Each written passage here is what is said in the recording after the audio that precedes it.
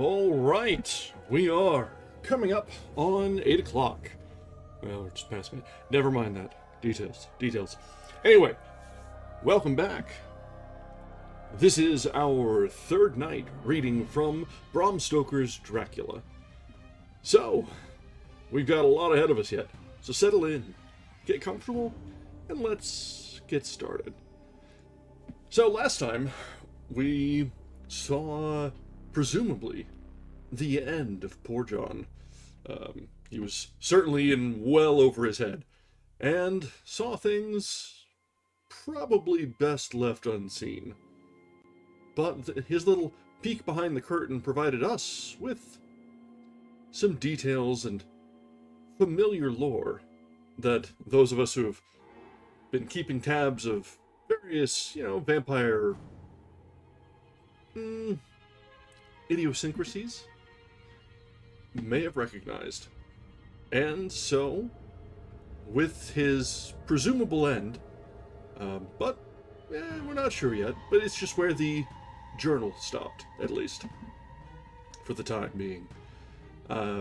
We shifted focus back to jolly old London, and those he left behind, and the oncoming storm that carries with it the Count on his way to his new haunts.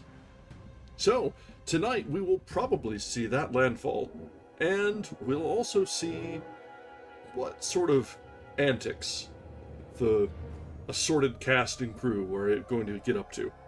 I'm sure the friend of Mina is probably got something going on, because someone who has so many men about her, it's very likely that something is going to be a little screwy there. And we had the old man who decided to torment me out of nowhere with a very, very thick accent.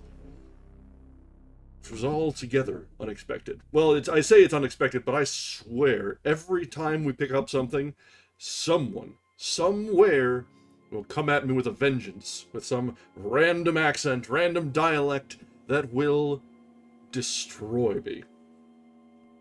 But that's half the fun, right?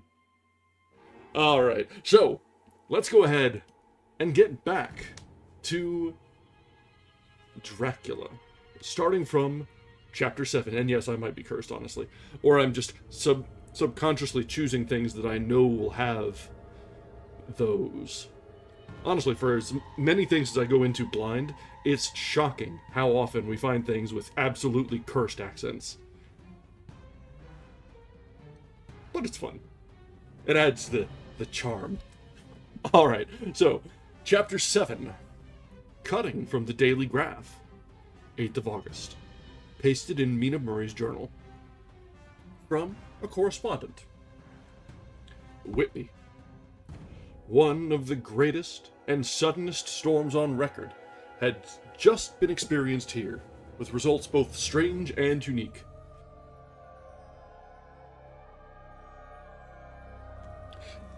Joseph was something else. Like, I can't even put to word how bad Joseph was. Spectacular is a very good way to put it. That'll be hard to top, especially because he just was such a central character to things. Anyway, can't let me get myself too distracted here. The weather had been somewhat sultry, but not to any degree uncommon in the month of August. Saturday evening was as fine as was ever known, and the great body of holiday-makers laid out yesterday for visits to Mulgrave Woods, Robin Hood's Bay, Rig Mill, Runswick, Staithes, and the various trips in the neighborhood of Whitby. The steamers Emma and Scarborough made trips up and down the coast, and there was an unusual amount of tripping, both to and from Whitby.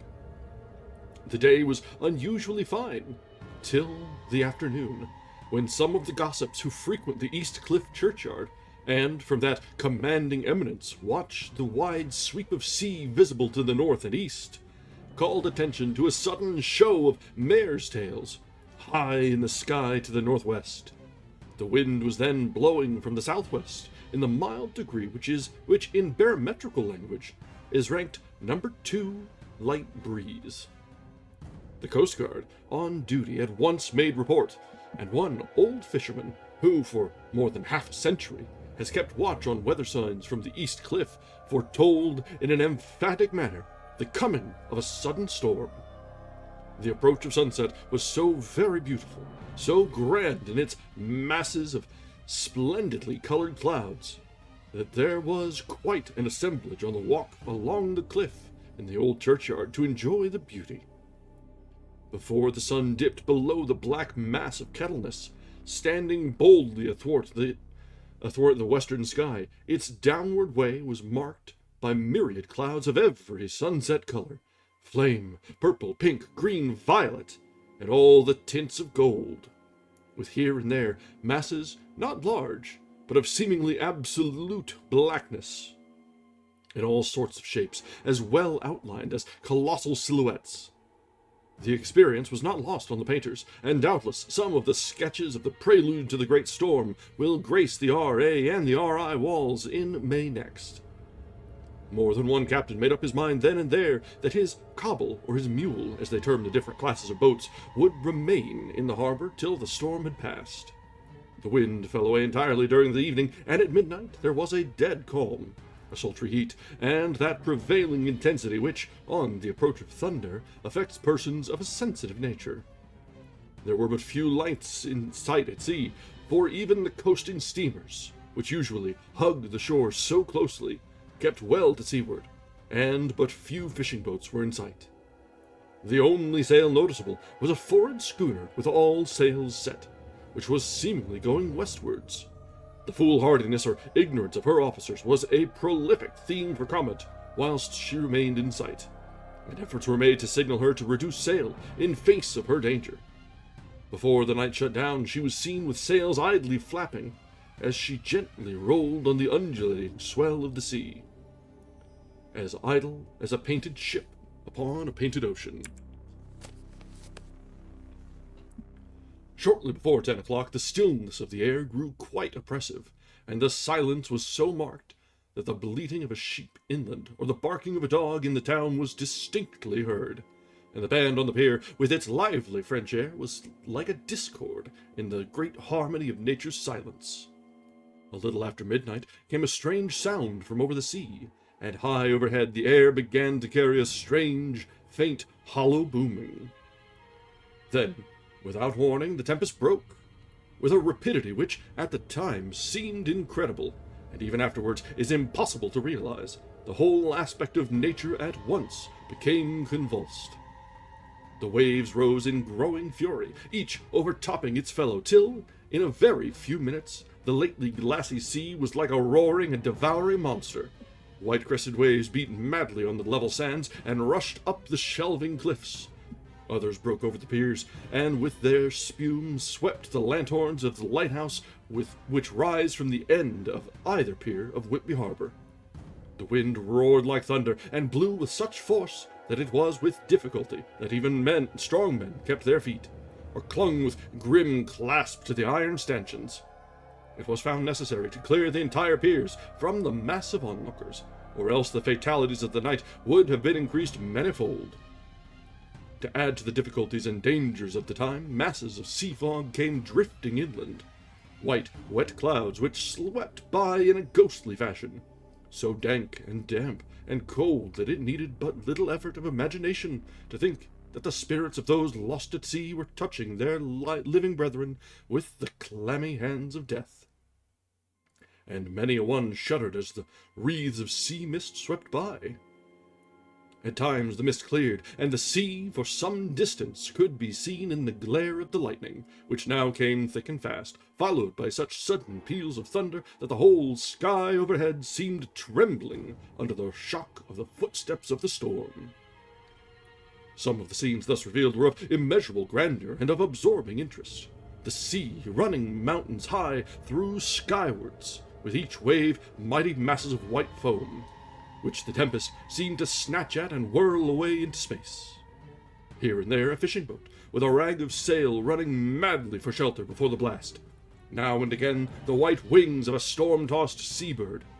On the summit of the east cliff, the new searchlight was ready for experiment, but had not yet been tried. The officers in charge of it got it into working order, and in the pauses of the inrushing mist swept with it the surface of the sea. Once or twice its service was most effective, as when a fishing boat, with gunwale under water, rushed into the harbor, able, by the guidance of the sheltering light, to avoid the danger of dashing against the piers. As each boat achieved the safety of the port, there was a shout of joy from the mass of people on shore, a shout which, for a moment, seemed to cleave the gale and was then swept away in its rush. Before long, the searchlight discovered some distance away a schooner, with all sails set, apparently the same vessel which had been noticed earlier in the evening. The wind had by this time backed to the east, and there was a shudder amongst the watchers on the cliff as they realized the terrible danger in which she now was. Between her and the port lay the great flat reef, on which so many good ships have from time to time suffered, and, with the wind blowing from its present quarter, it would be quite impossible that she should fetch the entrance of the harbor. It was now nearly the hour of high tide, but the waves were so great that in their troughs the shallows of the shore were almost visible. And the schooner, with all sails set, was rushing with such speed that, in the words of one old salt, she must fetch up somewhere, if it is only in hell. Then came another rush of sea fog, greater than any hitherto, a mass of dank mist, which seemed so close on all things like a grey pall, and left available to men only the organ of hearing, for the roar of the tempest, and the crash of the thunder, and the booming of the mighty billows came through the damp oblivion even louder than before. The rays of the searchlight were kept fixed on the harbor mouth, across the east pier, where the shock was expected, and men waited breathless.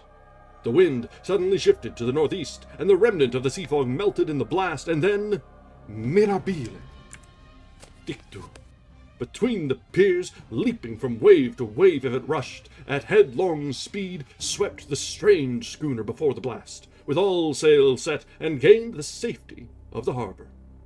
The searchlight followed her, and a shudder ran through all who saw her, for lashed to the helm was a corpse, with drooping head, which swung horribly to and fro at each motion of the ship. No other form could be seen on deck at all. A great awe came on all as they realized that the ship, as if by a miracle, had found the harbor, unsteered save by the hand of a dead man. However, all took place more quickly than it takes to write these words. The schooner paused not, but rushing across the harbor, pitched herself on that accumulation of sand and gravel, washed by many tides and many storms, into the southeast corner of the pier, jutting under the east cliff, known locally as Tate Hill Pier. There was, of course, a considerable concussion as the vessel drove up on the sand heap. Every spar, rope, and stay was strained, and some of the top hammer came crashing down. But strangest of all, the very instant the shore was touched, an immense dog sprang up on deck from below, as if shot up by the concussion, and, running forward, jumped from the bow on the sand. Making straight for the steep cliff, there the churchyard hangs over the laneway to the east pier so steeply that some of the flat tombstones, thrusteens or throughstones, as they call them in the Whitby vernacular, actually project over where the sustaining cliff has fallen away. It disappeared in the darkness, which seemed intensified just beyond the focus of the searchlight. It so happened that there was no one at the moment on Tate Hill Pier, as all those whose houses are in close proximity were either in bed or were out on the heights above. Thus the Coast Guard on duty on the eastern side of the harbor, who at once ran down to the little pier, was the first to climb on board. The men working the searchlight, after scouring the entrance of the harbor without seeing anything, then turned the light on the derelict and kept it there. The Coast Guard ran aft, and when he came beside the wheel, bent over to examine it, and recoiled at once, as though under some sudden emotion. This seemed to pique general curiosity, and quite a number of people began to run.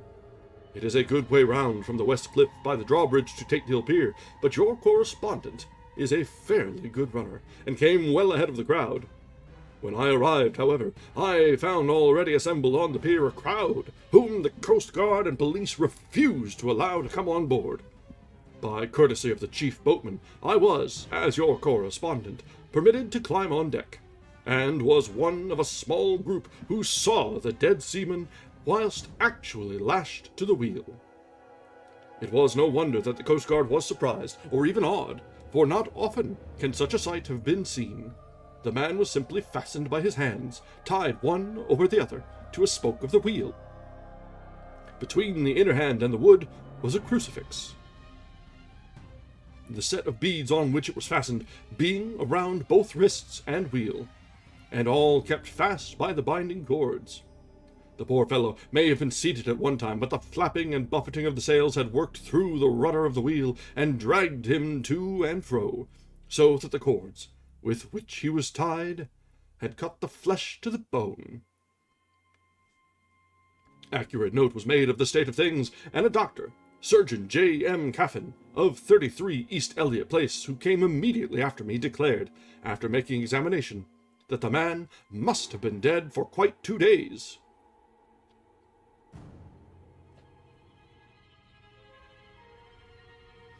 In his pocket was a bottle, carefully corked, empty, save for a little roll of paper, which proved to be the addendum to the log. The Coast Guard said the man must have tied up his own hands, fastening the knots with his teeth. The fact that a Coast Guard was the first on board may save some complications later on in the Admiralty Court, for Coast Guards cannot claim the salvage, which is the right of the first civilian entering on a derelict. Already, however, the legal tongues are wagging, and one young law student is loudly asserting that the rights of the owner are already completely sacrificed, his property being held in contravention of the statutes of Mortmain, since the tiller, as emblemship, is not, if not proof of delegated possession, is held in a dead hand. It is needless to say that the dead steersman has been reverently removed from the place where he held his honourable watch and ward till death. A steadfastness as noble as of young Casabianca, and placed in the mortuary to await inquest. Already the sudden storm is passing, and its fierceness is abating. Crowds are scattering homeward, and the sky is beginning to redden over the Yorkshire wolds. I shall send, in time for your next issue, further details of the derelict ship, which found her way so miraculously into harbour in the storm.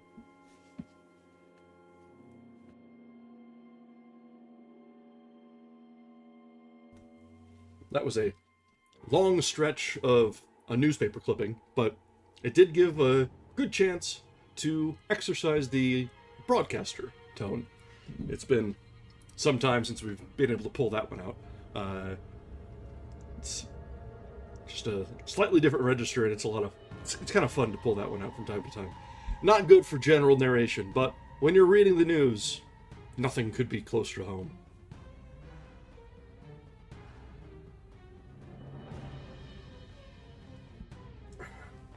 And yeah, that was a very hard time coming home for that ship. Alright, let's continue. There's more to this chapter yet. Whitby, 9th of August. The sequel to the strange arrival of the derelict in the storm last night is almost more startling than the thing itself. It turns out that the schooner is a Russian from Varna and is called the Demeter. She is almost entirely in ballast of silver sand, with only small amount of cargo, a number of great wooden boxes filled with mold. This cargo was consigned to a Whitby solicitor, Mr. S.F. Billington of 7 the Crescent, who this morning went aboard and formally took possession of the goods consigned to him. The Russian consul, too, acting for the charter party, took formal possession of the ship and paid all harbor dues, etc. Nothing is talked about here today except the strange coincidence. The officials of the Board of Trade have been most exacting in seeing that every compliance has been made with existing regulations.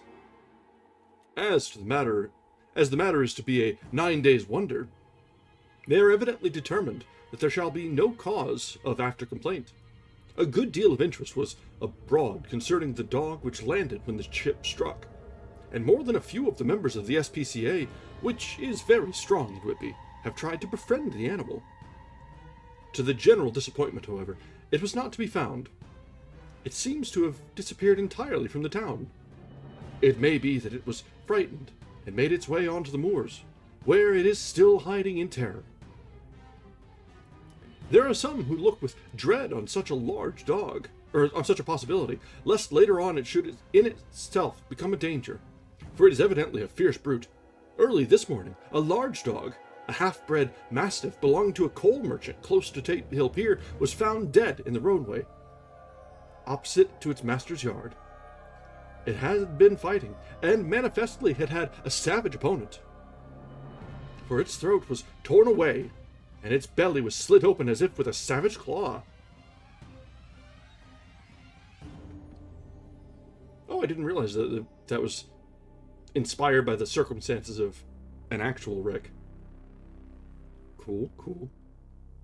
Later, by the kindness of the Board of Trade Inspector, I have been permitted to look over the logbook of the Demeter, which was in order up to within 3 days, but contained nothing of special interest, except as to facts of missing men.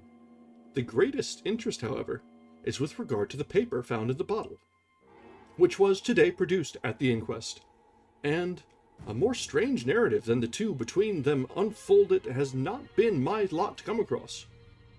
As there is no motive for concealment, I am permitted to use them, and accordingly send you a rescript, simply omitting technical details of seamanship and supercargo.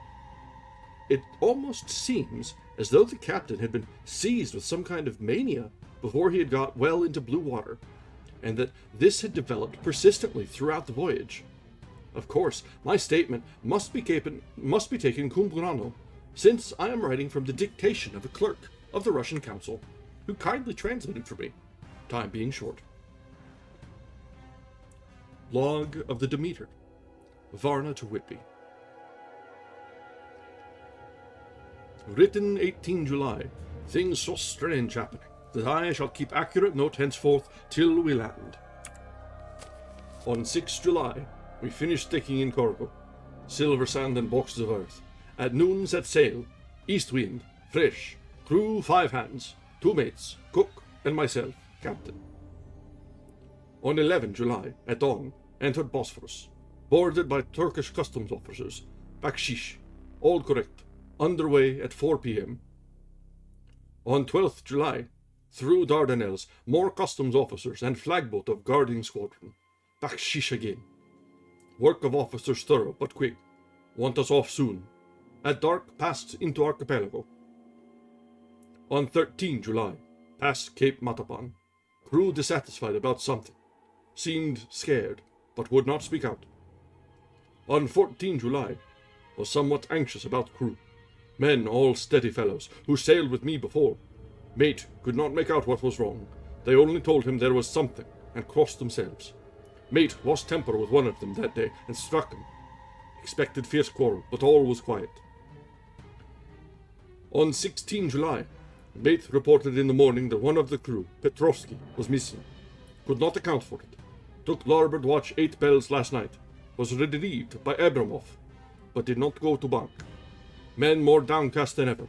All said they expected something of the kind, but would not say more than there was something aboard. Mate getting very impatient with them, feared some trouble ahead.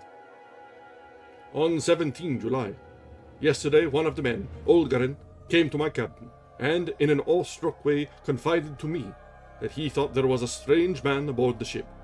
He said that in his watch he had been sheltering behind the deckhouse, as there was a rainstorm, when he saw a tall, thin man, who was not like any of the crew, come up to the companionway, and go along the deck forward, and disappeared.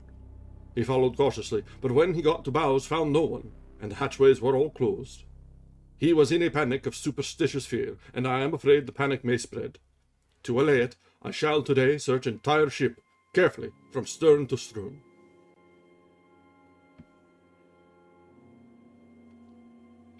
Oh, okay, that's interesting.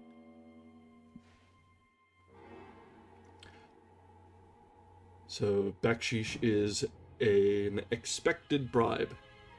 It's meant to be a tip, but it's really okay, that's interesting. That's kind of... at every stop. You gotta bribe the customs officers to make sure that you're getting through all unharassed. Then I guess. Smuggling? No. Don't worry about it. Later in the day, I got together the whole crew and told them, as they evidently thought there was someone in the ship, we would search from stem to stern. First mate angry, said it was folly, and to yield to such foolish ideas would demoralize the men. Said he would engage to keep them out of trouble with a handspike. I let him take the helm, while the rest began the thorough search. All keeping abreast, with lanterns, we left no corner unsearched. As there were only the big wooden boxes, there were no odd corners where a man could hide. Men much relieved when search over, and went back to work cheerfully. First mate scowled, but said nothing. 22 July. Rough weather last 3 days, and all hands busy with sails. No time to be frightened. Men seem to have forgotten their dread. Mate cheerful again, and all on good terms. Praised men for work in bad weather, past Gibraltar, and out through straits. All well. 24 July. There seems some doom over this ship. Already a hand short, and entering on the Bay of Biscay, with wild weather ahead. And yet, last night, another man lost. Disappeared. Like the first, he came off his watch, and was not seen again. Men, all in a panic of fear, sent around Robin, asking to have double watch, as they fear to be alone. Mate angry, fear there will be some trouble, as either he or the men will do some violence. 28 July. 4 days in hell, knocking about in a sort of maelstrom, and the wind a tempest. No sleep for anyone, men all worn out.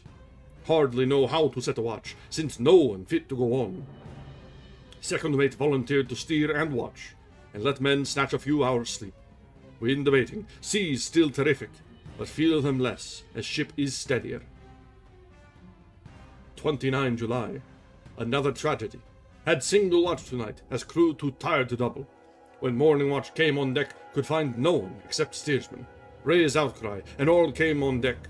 Thorough search, but no one found. Are now without second mate, and crew in panic. Mate and I agree to go armed henceforth, and wait for any sign of cause. 30 July. Last night. Rejoiced. We are nearing England. Weather fine. All sail set. Retired. Worn out. Slept soundly. Awakened by mate telling me that both man of watch and steersman missing. Only self and mate and 2 hands left to work ship. 1 August. 2 days of fog, and not a sail sighted. Had hoped, when in the English Channel, to be able to signal for help, or get in somewhere. Not having power to work sails, have to run before wind. Dare not lower, as could not raise them again. We seem to be drifting to some terrible doom. Mate now more demoralized than either of men. His stronger nature seems to have worked inwardly against him. Men are beyond fear, working stolidly and patiently, with minds made up to worst. They are Russian, he Romanian. 2 August, midnight. Woke up from few minutes' sleep by hearing a cry. Seemingly outside my port, could see nothing in fog. Rushed on deck and ran against mate. Tells me he heard cry and ran, but no sign of man on watch. 1 more gone. Lord help us. Mate says we must be passed straight to Dover, as in a moment of fog lifting he saw North Foreland. Just as he heard the man cry out, if so, we are now off in the North Sea, and only God can guide us in the fog, which seems to move with us, and God seems to have deserted us. 3 August. At midnight, I went to relieve the man at the wheel, and when I got to it, found no one there. The wind was steady, and as we ran before it there was no yawing. I dared not leave it, so shouted for the mate. After a few seconds, he rushed up on deck in his flannels. He looked wild-eyed and haggard, and I greatly fear his reason has given way. He came close to me and whispered hoarsely, with his mouth to my ear, as if, though fearing the very air might hear. It is here, I know it now. On the watch last night I saw it. Like a man, tall and thin, and ghastly pale. It was in the bows, and looking out. I crept behind it, and gave it my knife, but the knife went through it, empty as the air. And as he spoke, he took his knife and drove it savagely into space. Then he went on, but it is here. I'll find it. It is in the hold, perhaps in one of those boxes. I'll unscrew them one by one and see. You work the helm. And, with a warning look and his finger on his lip, he went below. There was spring, a choppy wind, and I could not leave the helm. I saw him come out on deck again with a tool chest and a lantern, and go down the forward hatchway. He is mad, stark, raving mad, and it's no use my trying to stop him. He can't hurt those big boxes. They are invoiced as clay, and to pull them about is as harmless a thing as he can do. So here I stay, and mind the helm, and write these notes. I can only trust in Goat, and wait till the fog clears. Then, if I can't steer to any harbour with the wind that is, I shall cut down the sails and lie by, and signal for help. It is nearly all over now, just as I was beginning to hope that the mate would come out calmer, for I heard him knocking away at something in the hold, and work is good for him. There came up the hatchway a sudden, startled scream, which made my blood run cold. And up on the deck he came as if shot from a gun, a raging madman, with his eyes rolling and his face convulsed with fear. Save me, he cried, and then looked round on the blanket of fog. His horror turned to despair, and with a steady voice he said, You had better come too, Captain. Is it... we getting buffering?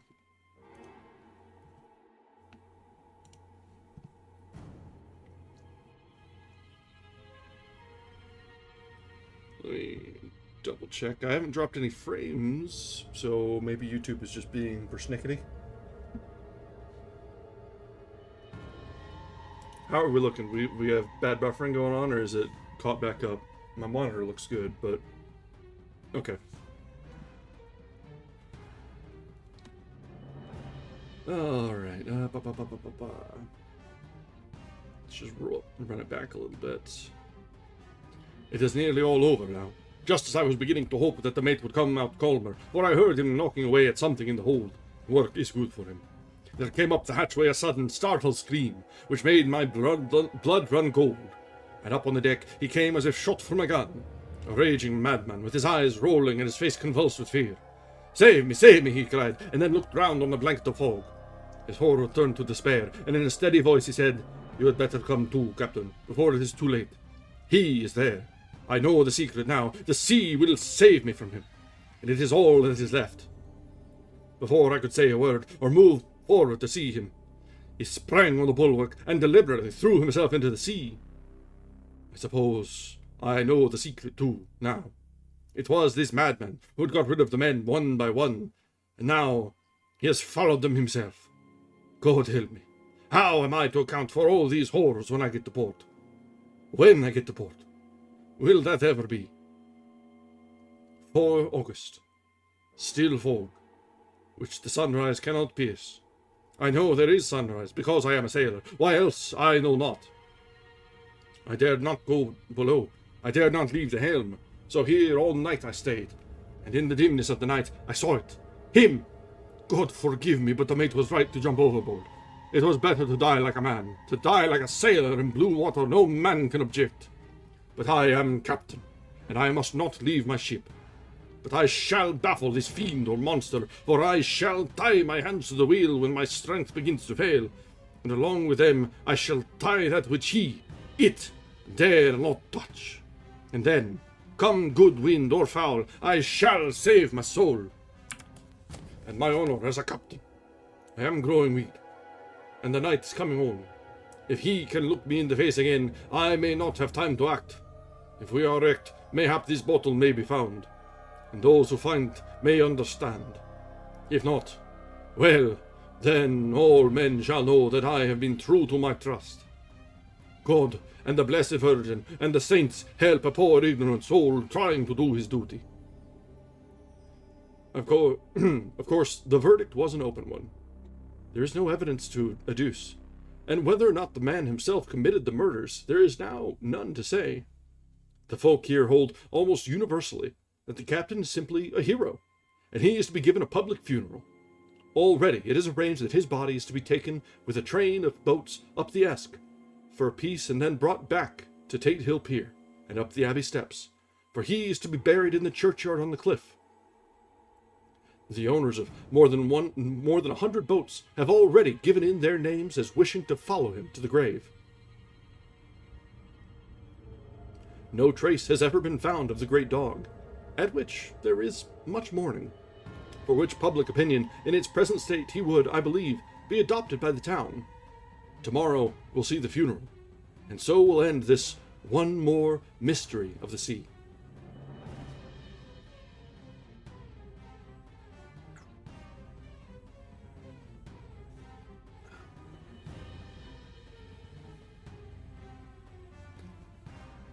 Mina Murray's Journal, 8th of August. Lucy was very restless all night, and I too could not sleep. The storm was fearful, and, as it boomed loudly among the chimney pots, it made me shudder. When a sharp puff came, it seemed to be like a distant gun. Strangely enough, Lucy did not wake, but she got up twice and dressed herself. Fortunately, each time I awoke in time, and managed to undress her without waking her, and got her back to bed. It is a very strange thing, this sleepwalking, for as soon as her will is thwarted in any physical way, her intention, if there be any, disappears, and she yields herself almost exactly to the routine of her life. Early in the morning, we both got up and went down to the harbor to see if anything had happened in the night. There were very few people about, and though the sun was bright and the air clear and fresh, the big, grim-looking waves that seemed dark themselves because the foam that topped them was like snow forced themselves in through the narrow mouth of the harbor, like a bullying man going through a crowd. Somehow, I felt glad that Jonathan was not on the sea last night, but on land. But oh, is he on land or sea? Where is he, and how? I am getting fearfully anxious about him. If I only knew what to do, and could do anything. 10th of August. The funeral of the poor sea captain today was most touching. Every boat in the harbor seemed to be there, and the coffin was carried by captains all the way from Tate Hill Pier up to the churchyard. Lucy came with me, and we went early to our old seat, whilst the cortege of boats went up the river to the viaduct, and came down again. We had a lovely view, and saw the procession nearly all the way. The poor fellow was laid to rest quite near our seat, so that we stood on it when the time came and saw everything. The poor Lucy seemed much upset. She was restless and uneasy all the time, and I cannot but think that her dreaming at night is telling her. She is quite odd in one thing. She will not admit to me that there is any cause for restlessness, or, if there be, she does not understand it herself. There is an additional cause in that poor old Mr. Swales was found dead this morning on our seat, his neck being broken. He had evidently, as the doctor said, fallen back in the seat. Some sort of fright. For there was a look of fear and horror on his face that the men said made them shudder. Poor dear old man. Perhaps he had seen death with his dying eyes. Lucy is so sweet and sensitive that she feels influences more acutely than other people do.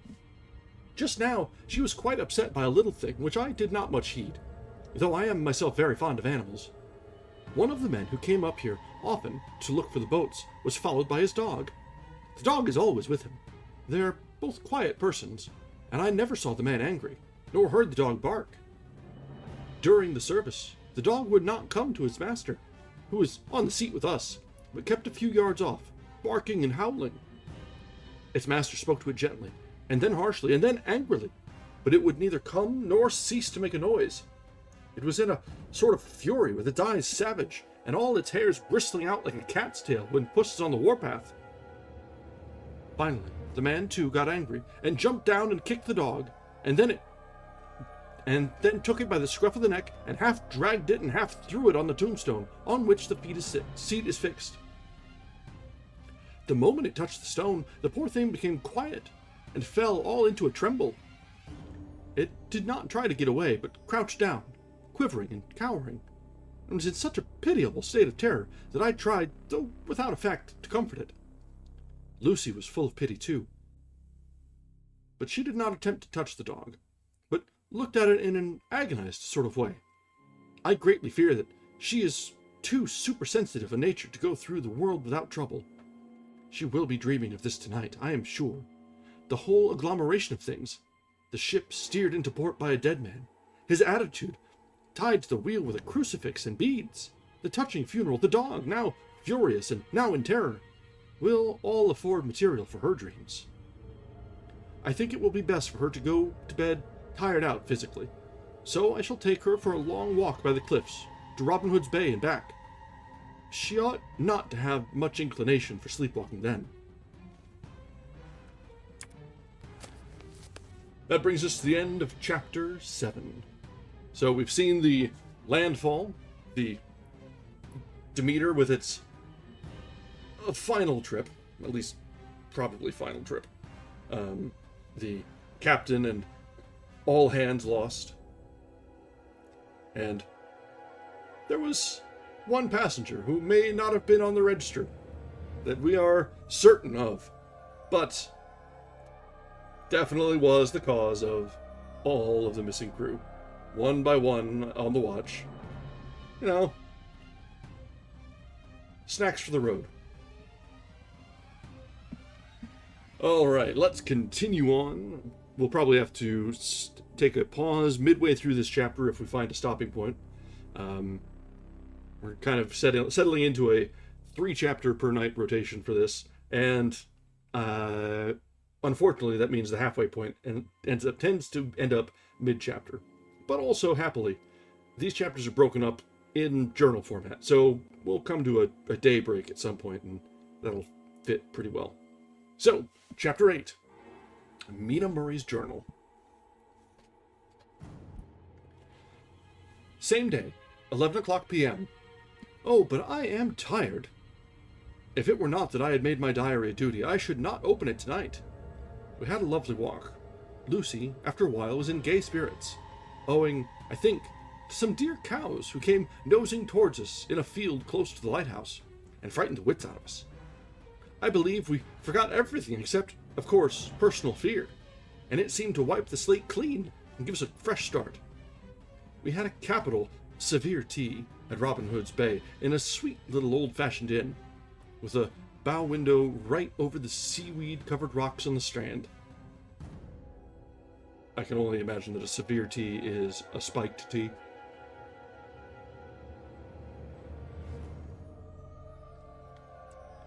I believe we should have shocked the new woman with our appetites. Men are more tolerant, bless them. Then we walked home with some, or rather many, stoppages to rest, and with our hearts full of a constant dread of wild bulls. Lucy was really tired, and we intended to creep off to bed as soon as we could. The young curate came in, however, and Mrs. Westenra asked him to stay for supper. Lucy and I both had a fight for it with the dusty miller.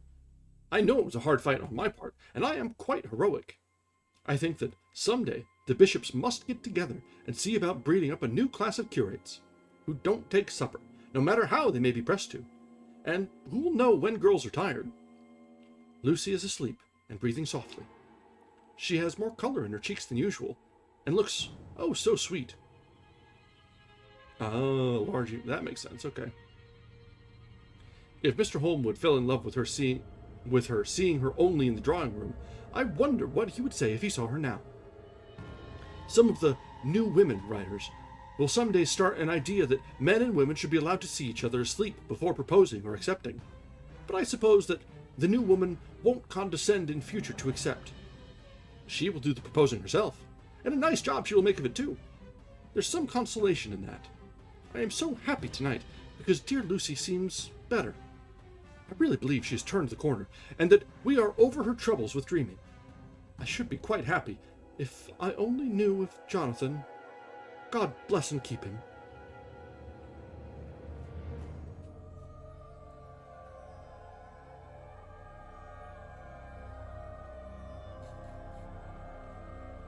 "11th of August, 3 a.m.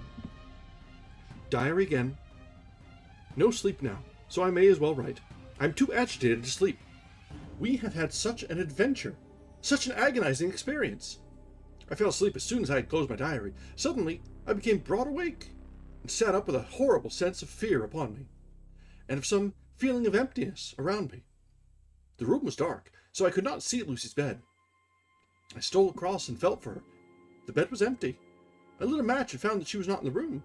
The door was shut but not locked, as I had left it.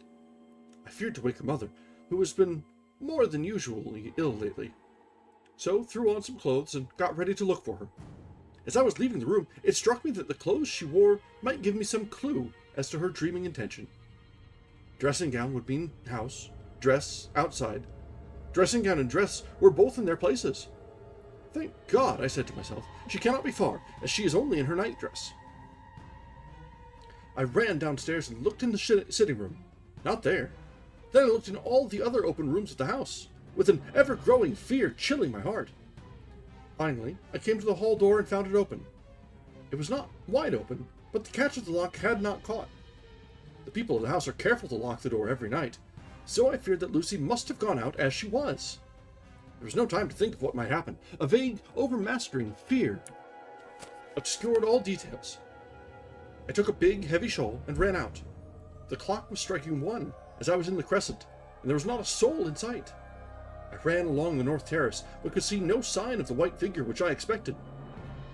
At the edge of the west cliff, above the pier, I looked across the harbor to the east cliff, in the hope, or fear, I don't know which, of seeing Lucy in our favorite seat.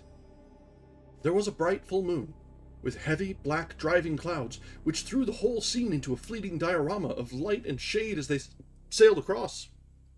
For a moment or two I could see nothing, as the shadow of a cloud obscured St. Mary's Church and all around it.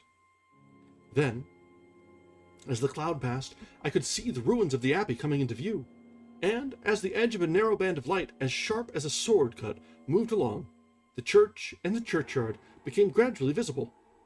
Whatever my expectation was, it was not disappointed, for there, on our favorite seat, the silver light of the moon struck a half-reclining figure, snowy white. The coming of the cloud was too quick for me to see much, for shadow shut down on light almost immediately, but it seemed to me as though something dark stood behind the seat, where the white figure shone, and bent over it. What it was, whether man or beast, I could not tell. I did not wait to catch another glance, but flew down the steep steps to the pier, and along by the fish market to the bridge, which was the only way to reach the east cliff. The town seemed as dead, for not a soul did I see. I rejoiced that it was so, for I wanted no witness of poor Lucy's condition.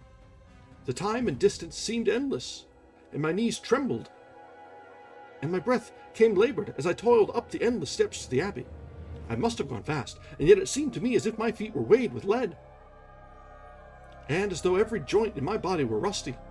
When I got almost to the top, I could see that the seat and the white figure, for I was now close enough to distinguish it even through the spells of shadow, there was undoubtedly something, long and black, bending over the half-reclining white figure. I called in a fright, "Lucy! Lucy!" and something raised a head, and from where I was, I could see a white face and red, gleaming eyes. Lucy did not answer, and I ran on to the entrance of the churchyard. As I entered, the church was between me and the seat, and for a minute or so I lost sight of her. When I came in view again, the cloud had passed, and the moonlight struck so brilliantly that I could see Lucy half reclining with her head lying over the back of the seat. She was quite alone, and there was no sign of any living thing about. When I bent over her, I could see that she was still asleep. Her lips were parted, and she was breathing, not softly, as usual with her, but in long, heavy gasps, as though striving to get her lungs full at every breath. As I came close, she put up her hand in her sleep and pulled the collar of her nightdress close around her throat. Whilst she did so, there came a little shudder through her, as though she felt the cold. I flung the warm shawl over her and drew the edges tight round her neck, for I dreaded lest she should get some deadly chill from the night air, unclad as she was. I feared to wake her all at once, so, in order to have my hands free that I might help her, I fastened the shawl at her throat with a big safety pin. But I must have been clumsy in my anxiety, and pinched or pricked her with it, for by and by, when her breathing became quieter, she put her hand to her throat again and moaned. When I had her carefully wrapped up, I put my shoes on her feet, and then began very gently to wake her. At first, she did not respond, but gradually she became more and more uneasy in her sleep, moaning and sighing occasionally. At last, as time was passing fast, and for many other reasons. I wished to get her home at once. I shook her more forcibly, till finally she opened her eyes and awoke. She did not seem surprised to see me, as, of course, she did not realize all at once where she was. Lucy always wakes prettily, and even at such a time, when her body must have been chilled with cold, and her mind somewhat appalled at waking unclad in a churchyard at night, she did not lose her grace. She trembled a little, somewhat, and clung to me. When I told her to come at once with me home, she rose without a word, with the obedience of a child. As we passed along, the gravel hurt my feet, and Lucy noticed me wince. She stopped and wanted to insist upon my taking my shoes, but I would not.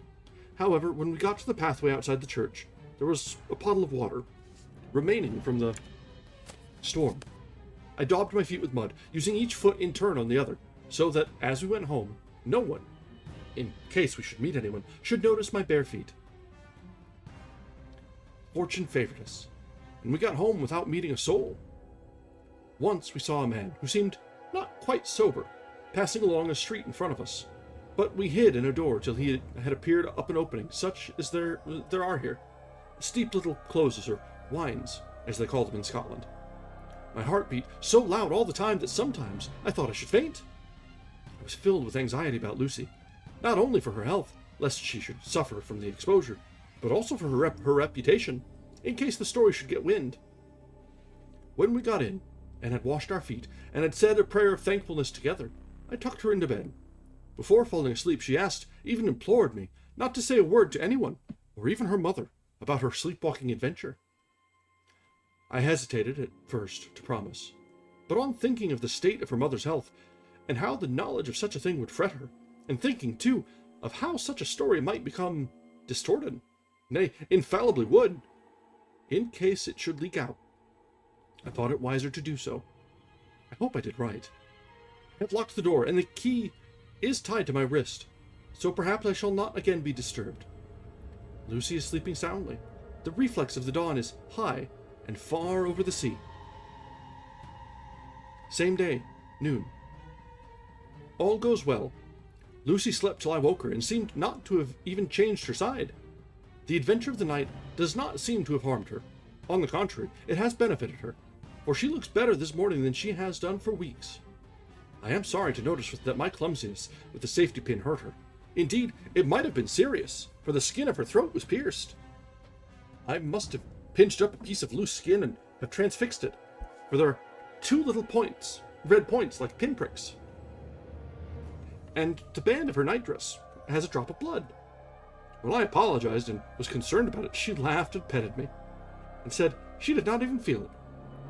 Fortunately, it cannot leave a scar, as it is so tiny. Same day, night. We passed a happy day. The air was clear, and the sun bright, and there was a cool breeze. We took our lunch to Mulgrave Woods, Mrs. Westenra driving by the road, and Lucy and I walking by the cliff path, and joining her at the gate.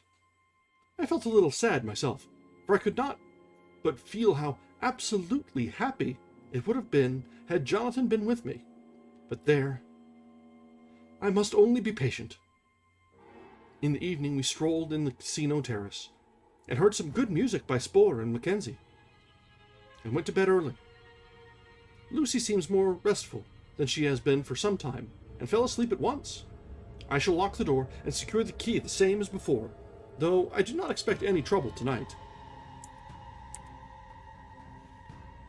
12th of August. My expectations were wrong, for twice during the night I was wakened by Lucy trying to get out. She seemed, even in her sleep, to be a little impatient at finding the door shut, and went back to bed under a sort of protest. I woke with the dawn, and heard the birds chirping outside of the window. Lucy woke too, and I was glad to see was even better than on the previous morning. All of her old gaiety of manner seemed to have come back, and she came and snuggled in beside me and told me all about Arthur. I told her how anxious I was about Jonathan, and she tried to comfort me. Well, she succeeded somewhat, for though sympathy can't alter facts, it can help make them more bearable. That's a little piece of wisdom there, isn't it? Can't change the facts, but it can make it a little bit easier to carry on. 13th of August. Another quiet day, and to bed with the key on my wrist as before. Again I awoke in the night, and found Lucy sitting up in bed, still asleep, pointing to the window. I got up quietly, and pulling aside the blind, looked out. It was a brilliant moonlight, and the soft effect of the light over the sea and sky merged together in one great silent mystery. It was beautiful beyond words. Between me and the moonlight, flitted a great bat, coming and going in great whirling circles. Once or twice it came quite close, but was, I suppose, frightened at seeing me, and flitted away across the harbor towards the abbey. When I came back from the window, Lucy had lain down again, and was sleeping peacefully. She did not stir again all night. 14th of August. On the East Cliff, reading and writing all day. Lucy seems to have become as much in love with the spot as I am, and it is hard to get her away from it when it is time to come home for lunch or tea or dinner. This afternoon, she made a funny remark. We were coming home for dinner, and had come to the top of the steps, up from the west pier, and stopped to look at the view, as we generally do. The setting sun, low down in the sky, was just dropping behind Kettleness.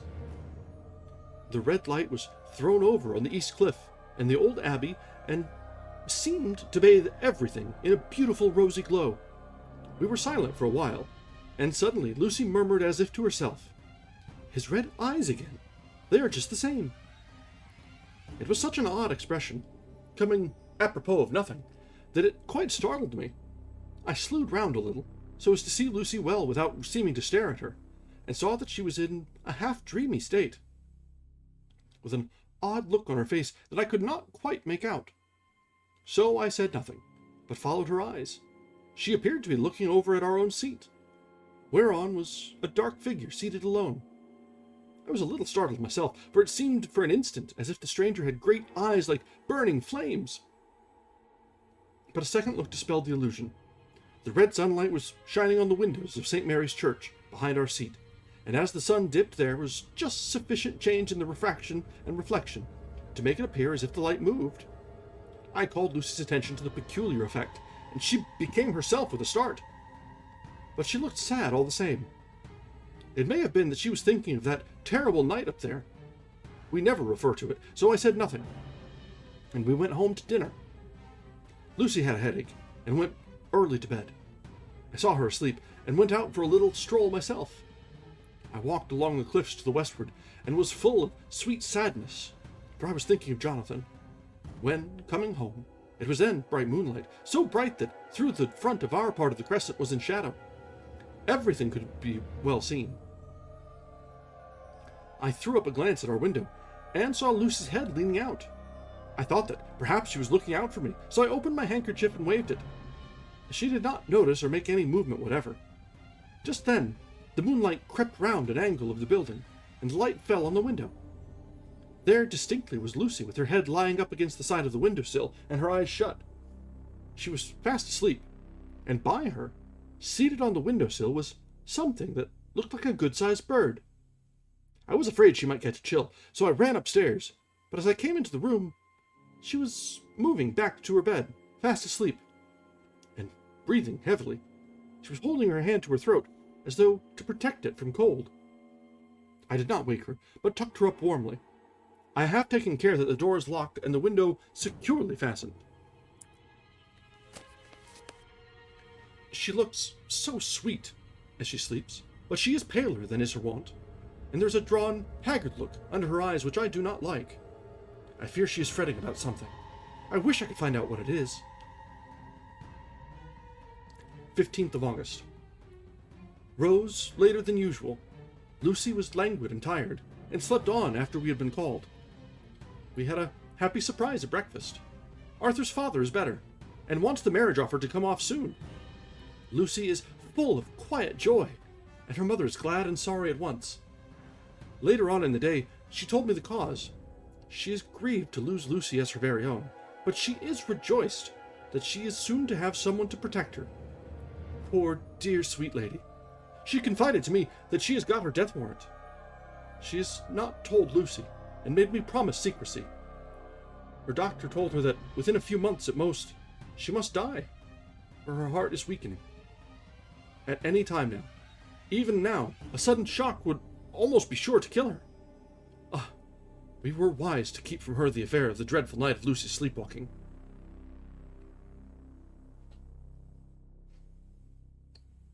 17th of August. No diary for 2 whole days. I have not had the heart to write. Some sort of shadowy pall seems to be coming over our happiness. No news from Jonathan, and Lucy seems to be growing weaker, whilst her mother's hours are numbering to a close. I cannot understand Lucy's fading away as she is doing. She eats well and sleeps well, and enjoys the fresh air, but all the time the roses in her cheeks are fading. She gets weaker, and more languid day by day. At night, I hear her gasping as if for air. I hear the key of our door. I keep the key of our door always fastened to my wrist at night, but she gets up and walks about the room and sits at the open window. Last night, I found her leaning out when I woke up, and when I tried to wake her, I could not. She was in a faint. When I managed to restore her, she was as weak as water, and cried silently between long, painful struggles for breath. When I asked her how she came to be at the window, she shook her head and turned away. I trust her feeling ill may not be from that unlucky prick of the safety pin. I looked at her throat just now as she lay asleep, and the tiny wounds seem not to have healed. They are still open, and, if anything, larger than before, and the edges of them are faintly white. They're like little white dots with red centers. Unless they heal within a day or two, I shall insist on the doctor seeing about them. Alright, now is a good spot to take a short break. We're shifting from diary entries to a letter next, so it'll be a little bit of a shift in position there. But we all know exactly what's happening to poor Lucy. It is unfortunate that Mina is a little not skeptical enough for her own good, shall we say? So it is probably not long for poor Lucy, which makes the previous reading, or last night, all the more sad, because she'd been just engaged and had her 3 different proposals in one day, and it's sort of at her peak of happiness. And then we come to today's reading. So we probably can see how this is going to play out, but it's all there but for the falling. Yeah, that's absolutely true. You're not exactly expected to be sort of well read on the intricacies of the monsters that go bump in the night. It's a lot more of a modern contrivance to be so aware of the folklore of things all around the world. And particularly at this point in time, the vampires hadn't really caught into the general consciousness. So she can see it weird and see that there's all sorts of strange behavior, and she's coming up on lethargy and strange bats and large birds hanging about the windows. But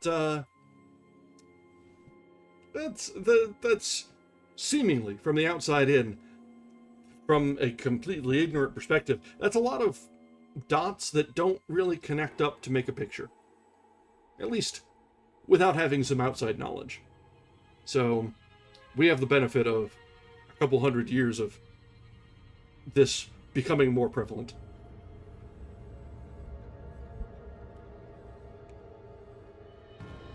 Well, that's actually very interesting. Stoker didn't know a whole lot about the actual folklore himself, and just sort of filled in the gaps and invented new things and made it work, which is very, very cool, honestly.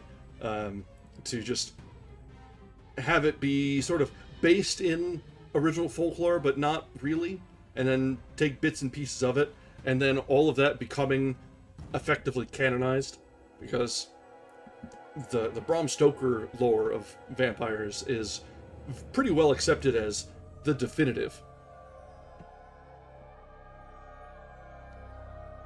Yeah, a lot of the things that people associate with vampires are of the Fae, particularly that bit with like needing to be invited in and things like that, and the being able to mesmerize their victims. Those are very Fae.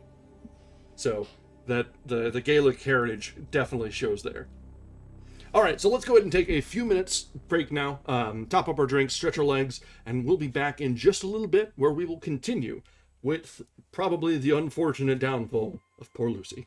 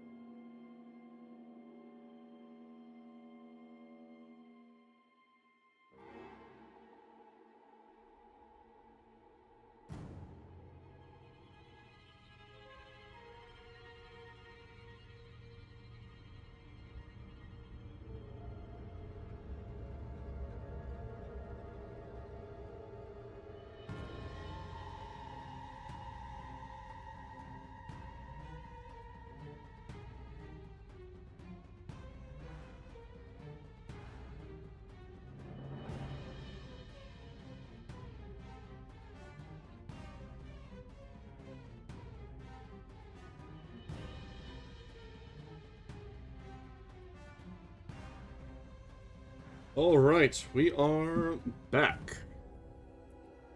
This cider is not going to last me terribly long. This is a thirsty book to be reading.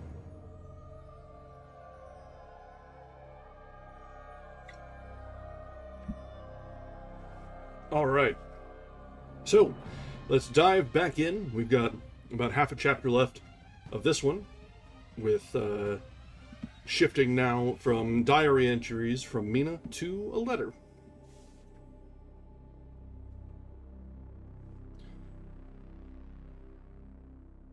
Letter. Samuel F. Billington and Son, Solicitors. Whitby. To Messrs. Carter, Patterson and Company, London. 17th of August. Dear Sirs, herewith please receive invoice of goods sent by Great Northern Railway. Some are to be delivered at Carfax, near Purfleet. Immediately on receipt of goods at goods station King's Cross. The house is at presently empty, but enclosed please find keys, all of which are labeled. You will please deposit the boxes, 50 in number, which form the consignment, in the partially ruined building forming part of the house and marked A on rough diagram enclosed. Your agent will easily recognize the locality, as it is the ancient chapel of the mansion. The goods leave by the train at 9:30 tonight, and will be due at King's Cross at 4:30 tomorrow afternoon. As our client wishes the delivery made as soon as possible, we shall be obliged by your having teams ready at King's Cross, at the time named, and forthwith conveying the goods to destination, in order to obviate any delays possible through any routine requirements as to payment in your departments. We enclose check herewith for £10, receipt of which please acknowledge. Should the charge be less than this amount, you can return balance. If greater, we shall at once send check for difference on hearing from you. You are to leave the keys on coming away in the main hall of the house, where the proprietor may get them on his entering the house by means of his duplicate key. Pray, do not take us as exceeding the bounds of business courtesy, in pressing you in all ways to use the utmost expedition. We are, dear sirs, faithfully yours, Samuel F. Billington and Son. Letter, Messrs. Carter, Patterson and Company, London, to Messrs. Billington and Son, Whitby. 21st of August. Dear Sirs, we beg to acknowledge £10 receive, and to return check £1 17 sterling 9 denarii, amount of overplus, as shown in receipted amount herewith. Goods are delivered in exact accordance with instructions, and keys left in parcel in main hall, as directed. We are, dear sirs, yours respectively, Roe, Carter, Patterson and Company. That sounds like someone has moved into his new home. Mina Murray's journal. 18th of August. I am happy today, and right sitting on the seat in the churchyard. Lucy is ever so much better. Last night she slept well all night, and did not disturb me once. Well, that's because someone has left town. The roses seem coming back already to her cheeks, though she is still sadly pale and wan-looking. If she were in any way anemic, I could understand it, but she is not. She is in gay spirits and full of life and cheerfulness. All the morbid reticence seems to have passed from her, and she has just reminded me, as if I needed any reminding, of that night, and that it was here, on this very seat, I found her asleep. As she told me, she tapped playfully with the heel of her boot on the stone slab and said, "My poor little feet couldn't make much noise then. I dare say poor old Mr. Swales would have told me that it was because I didn't want to wake up Geordie." As she was in such a communicative humor, I asked her if she had dreamed at all that night. Before she answered, that sweet, puckered look came into her forehead, which Arthur, I call him Arthur from her habit, says he loves. And indeed, I don't wonder that he does. Then she went on in a half-dreaming kind of way, as if trying to recall it to herself. I didn't quite dream, but it all seemed to be real. I only wanted to be here in this spot. I don't know why, for I was afraid of something. I don't know what. I remember, though, I suppose I was asleep, and passing through the streets and over the bridge. A fish leaped up as I went by, and I leaned over to look at it, and I heard a lot of dogs howling. The whole town seemed as if it must be full of dogs, all howling at once. As I went up the steps, then I had a vague memory of something long and dark with red eyes, just as we saw it in sunset, and something very sweet and very bitter all around me at once. And then I seemed sinking into deep green water. There was a singing in my ears, as I have heard there is to drowning men. And then everything seemed passing away from me. My soul seemed to go out from my body and float about the air. I seem to remember that once the west lighthouse was right under me, and then there was a sort of agonizing feeling, as if I were in an earthquake. I came back and found you shaking my body. I saw you do it before I felt you. Then she began to laugh. It seemed a little uncanny to me, and I listened to her breathlessly. I did not quite like it, and thought it better not to keep her mind on the subject. Still, we drifted on to other subjects, and Lucy was like her old self again. When we got home, the fresh breeze had braced her up, and her pale cheeks were really more rosy. Her mother rejoiced when she saw her, and we all spent a very happy evening together. 19th of August. Joy, joy, joy! Although not all joy. At last, news of Jonathan. My dear fellow has been ill. That is why he did not write. I am not afraid to think it, or say it, now that I know. Mr. Hawkins sent me on the letter, and wrote himself, oh so kindly. I am to leave in the morning, and go over to Jonathan, and to help to nurse him, if necessary, and to bring him home. Mr. Hawkins says it would not be a bad thing if we were to be married out there. I have cried over the good sister's letter till I can feel it wet against my bosom, where it lies. It is of Jonathan, and must be next my heart, for he is in my heart. My journey is all mapped out, and my luggage ready. I am only taking one change of dress. Lucy will bring my trunk to London, and keep it till I send for it. For it may be that I must write no more.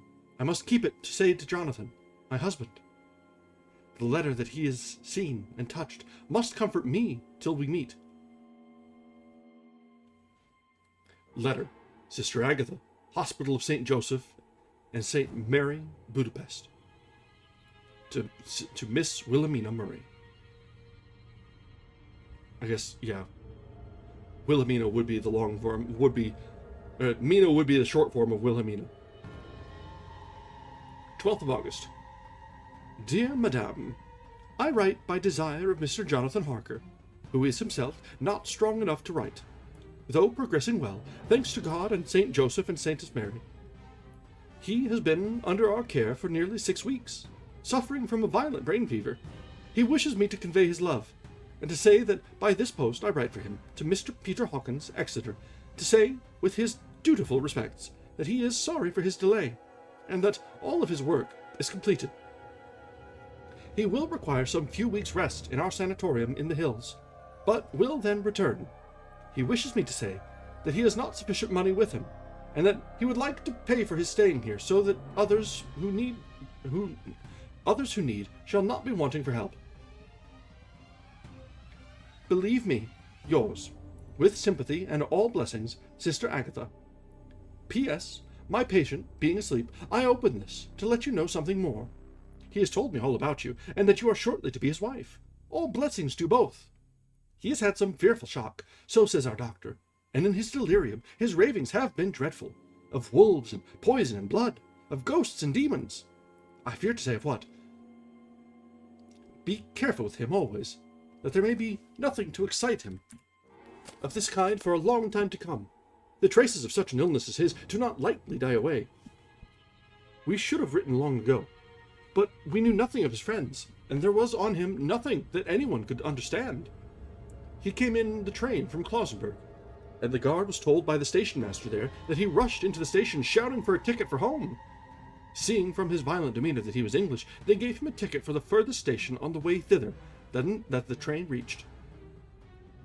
Be assured that he is well cared for. He has won all hearts by his sweetness and gentleness.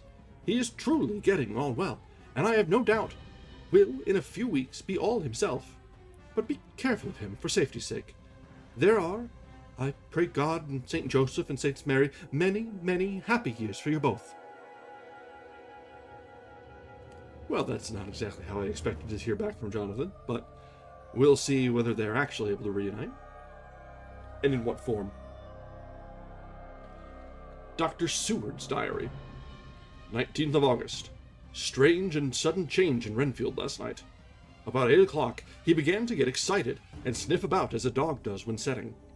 The attendant was struck by his manner, and knowing my interest in him, encouraged him to talk. He is usually respectful to the attendant, and at times servile, but tonight the man tells me he was quite haughty. Would not condescend to talk with him at all. All he would say was, "I don't want to talk to you, and don't count now. The master is at hand." The attendant thinks it is some sudden form of religious mania which has seized him.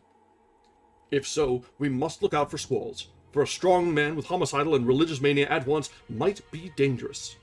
The combination is a dreadful one. At 9 o'clock, I visited him myself.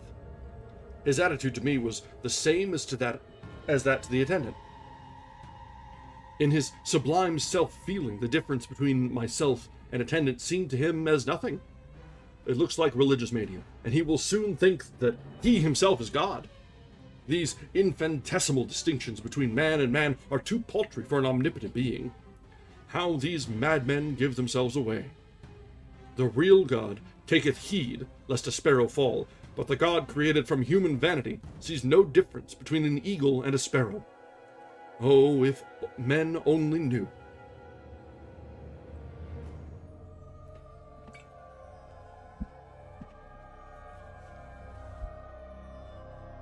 For half an hour or more, Renfield kept getting excited in greater and greater degree. I did not pretend to be watching him, but I kept strict observation at all the same. All at once, that shifty look came into his eyes, which we always see when a madman has seized an idea. And with it, the shifty movement of the head and back, which asylum attendants come to know as well. He became quite quiet, and went and sat on the edge of his bed resignedly, and looked into space with lackluster eyes.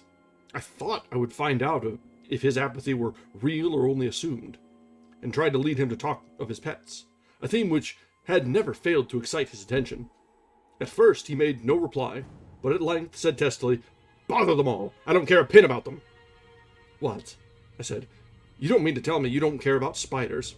Spiders at present are his hobby, and the notebook is filling up with columns of small figures. To this he answered enigmatically, "The bridemaidens rejoice the eyes that wait the coming of the bride, and when the bride draweth nigh, then the maidens shine not to the eyes that are filled." He would not explain himself, but remained obstinately seated on his bed all the time I remained with him. I am weary tonight, and in low spirits.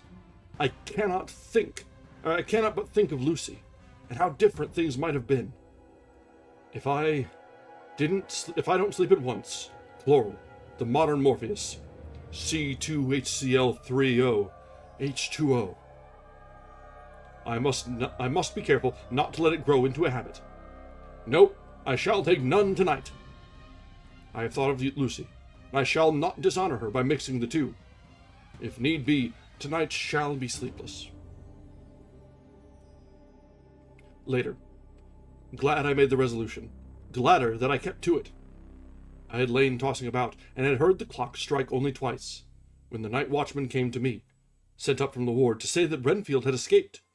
I threw on my clothes and ran down at once. My patient is too dangerous a person to be roaming about. Those ideas of his might work out dangerously with strangers. The attendant was waiting for me. He said he had seen him not 10 minutes before, seemingly asleep in his bed, when he had looked through the observation trap in his door. His attention was called by the sound of the window being wrenched out. He ran back and saw his feet disappear through the window, and had at once sent up for me. He was only in his night gear, and cannot be far off. The attendant thought it would be more useful to watch where he should go than to follow him, as he might lose sight of him whilst getting out of the building by the door. He is a bulky man, and couldn't get through the window. I am thin, so with his aid I got out, but feet foremost, and as we were only a few feet above ground, landed unhurt. The attendant told me the patient had gone to the left, and had taken a straight line, so I ran as quickly as I could. As I got through the belt of trees, I saw a white figure scale the high wall which separates our grounds from those of the deserted house. I ran back at once, told the watchman to get 3 or 4 men immediately, and follow me into the grounds of Carfax, in case our friend might be dangerous. I got a ladder myself, and crossing the wall, dropped down on the other side. I could see Renfield's figure just disappearing behind the angle of the house, so I ran after him. On the far side of the house, I found him pressed close against the old iron-bound oak door of the chapel. He was talking, apparently, to someone, but I was afraid to go near enough to hear what he was saying, lest I might frighten him, and he should run off. Chasing an errant swarm of bees is nothing to following a naked lunatic when the fit of escaping is upon him. After a few minutes, however, I could see that he did not take note of anything around him, and so ventured to draw nearer to him. The more so, as my men had now crossed the wall, and were closing him in. I heard him say, "I am here to do your bidding, master. I am your slave, and you will reward me. I shall be faithful. I have worshipped you long and afar off. Now that you are near, I await your commands, and you will not pass me by, will you, dear master, in your distribution of good things?" He is a selfish old beggar anyhow. He thinks of the loaves and fishes, even when he believes he is in a real presence. His manias make a startling combination. When we closed in on him, he fought like a tiger. He is immensely strong, for he was more like a wild beast than a man. I never saw a lunatic in such a paroxysm of rage before, and I hope I shall not again. It is a mercy that we have found out his strength and his danger in good time. With strength and determination like his, he might have done wild work before he was caged. He is safe now, at any rate. Jack Shepherd himself couldn't get free from the strait waistcoat that keeps him restrained, and he's chained to the wall in the padded room. His cries are at times awful, but the silences that follow are more deadly still, for he means murder in every turn and movement. Just now, he spoke coherent words for the first time. "I shall be patient, master. It is coming, coming, coming!" So I took the hint and came to. I was too excited to sleep, but this diary has quieted me, and I feel I shall get some sleep tonight. That brings us to the end of chapter 8. So you may recall the asylum wherein the madman there that is the one tallying up lives is abutted to the property that the Count now owns, and now resides in. And Lucy was visited for a while, and then, when he moved on, it seems she escaped the worst of her fate. For now, anyway. There's always some things that linger, certainly. So, let's go ahead and carry on and see what other sorts of trouble everyone can get up to in this next chapter, chapter 9. Letter. Mina Harker to Lucy Westenra, Budapest, 24th of August. My dearest Lucy, I know you will be anxious to hear all that has happened since we parted at the railway station at Whitby. Well, my dear, I got to Hull all right, and caught the boat to Hamburg, and then the train on here. I feel that I can hardly recall anything of the journey, except that I knew I was coming to Jonathan, and that as I should have to do some nursing, I had better get all the sleep I could. I found my dear one. Oh, so thin and pale and weak-looking. All the resolution has gone out of his dear eyes, and that quiet dignity which I told you of was in his face has vanished. He is only a wreck of himself, and he does not remember anything that has happened to him for a long time past. At least, he wants me to believe so, and I shall never ask. He has had some terrible shock, and I fear it might tax his poor brain if he were to try to recall it. Sister Agatha, who is a good creature and a bored nurse, tells me that he raved of dreadful things whilst he was off his head. I wanted her to tell me what they were, but she would only cross herself, and say she would never tell, that the ravings of the sick were the secrets of God, and that if a nurse through her vocation should hear them, she should respect her trust. She is a sweet, good soul. And the next day, when she saw I was troubled, she opened up the subject again, and, after saying that she could never mention what my poor dear raved about, added, "I can tell you this much, my dear, that it was not about anything which he has done wrong himself, and you, as his wife-to-be, have no cause to be concerned. He has not forgotten you, or what he owes to you. His fear was of great and terrible things, which no mortal can treat of. I do believe the dear soul thought I might be jealous, lest my poor dear should have fallen in love with any other girl. The idea of my being jealous about Jonathan. And yet, my dear, let me whisper, I felt a thrill of joy through me when I knew that no other woman was a cause of trouble. I am now sitting by his bedside, where I can see his face while he sleeps. He is waking.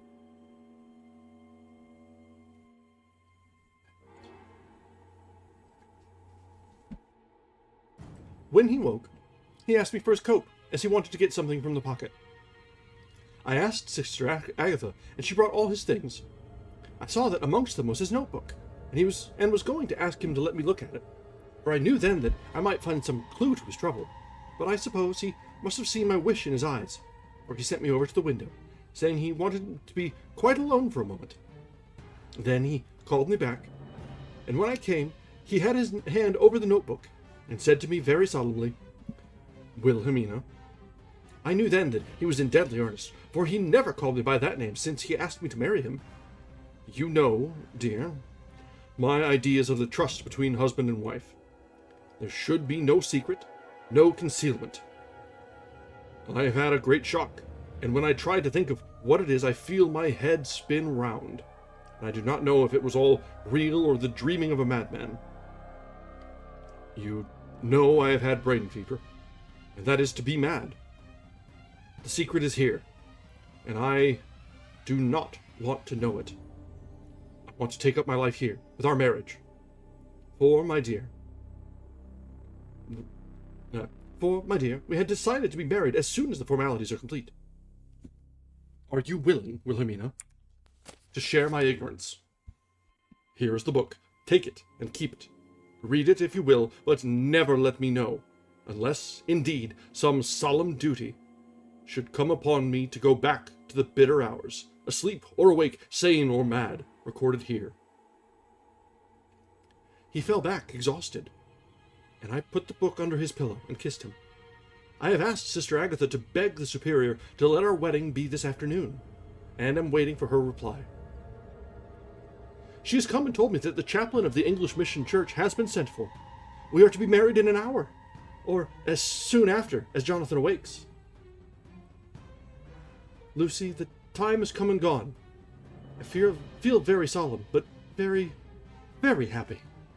Jonathan woke a little after the hour, and all was ready, and he sat up in bed, propped up with pillows. He answered his "I will" firmly and strongly. I could hardly speak. My heart was so full that even those words seemed to choke me.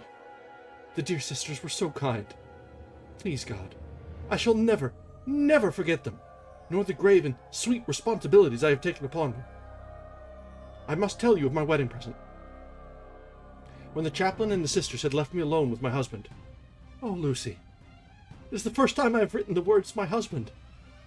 Left me alone with my husband, I took the book from under his pillow and wrapped it up in white paper, and tied it with a little bit of pale blue ribbon which was round my neck, and sealed it over the knot with sealing wax. And for my seal, I used my wedding ring. Then I kissed it and showed it to my husband, and told him that I would keep it so. And then it would be an outward and visible sign for us all our lives that we trusted each other, that I would never open it unless it were for his own dear sake, or for the sake of some stern duty. Then he took my hand in his, and, oh, Lucy, it was the first time he took his wife's hand, and said that it was the dearest thing in all the whole wide world, and that he would go through all the past again to win it, if need be. Poor dear meant to have said a part of the past, but he cannot think of time yet.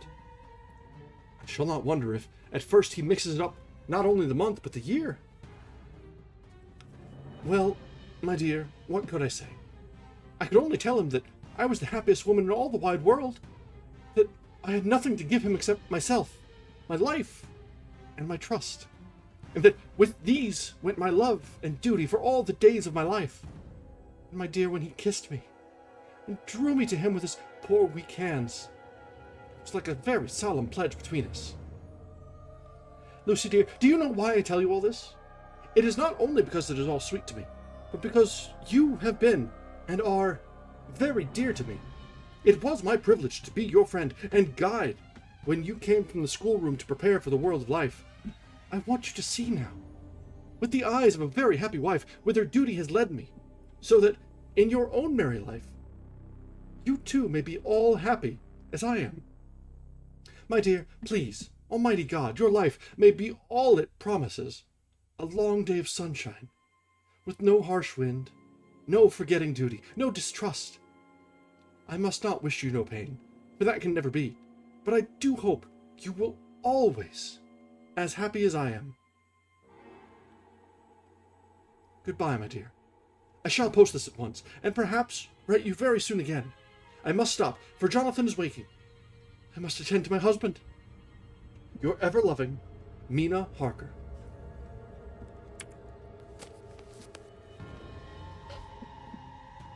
Letter.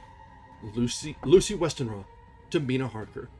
Whitby, 30th of August. My dearest Mina, oceans of love and millions of kisses, and may you soon be in your own home with your husband. I wish you could be coming home soon enough to stay with us here. The strong air would soon restore Jonathan. It has quite restored me. I have an appetite like a cormorant, am full of life and sleep well, and will be glad to know that I have quite given up walking in my sleep. I think I have not stirred out of my bed for a week. That is when I once got into it at night. Arthur says I am getting fat. By the way, I forgot to tell you that Arthur is here. We have such walks and drives, and rides, and rowing and tennis, and fishing together. I love him more than ever. He tells me that he loves me more, but I doubt that. For at first he told me that he couldn't love me more than he did then. But this is nonsense. There he is calling to me. So no more at present, just from your loving, Lucy. P.S. Mother sends her love. She seems better, poor dear. P.P.S.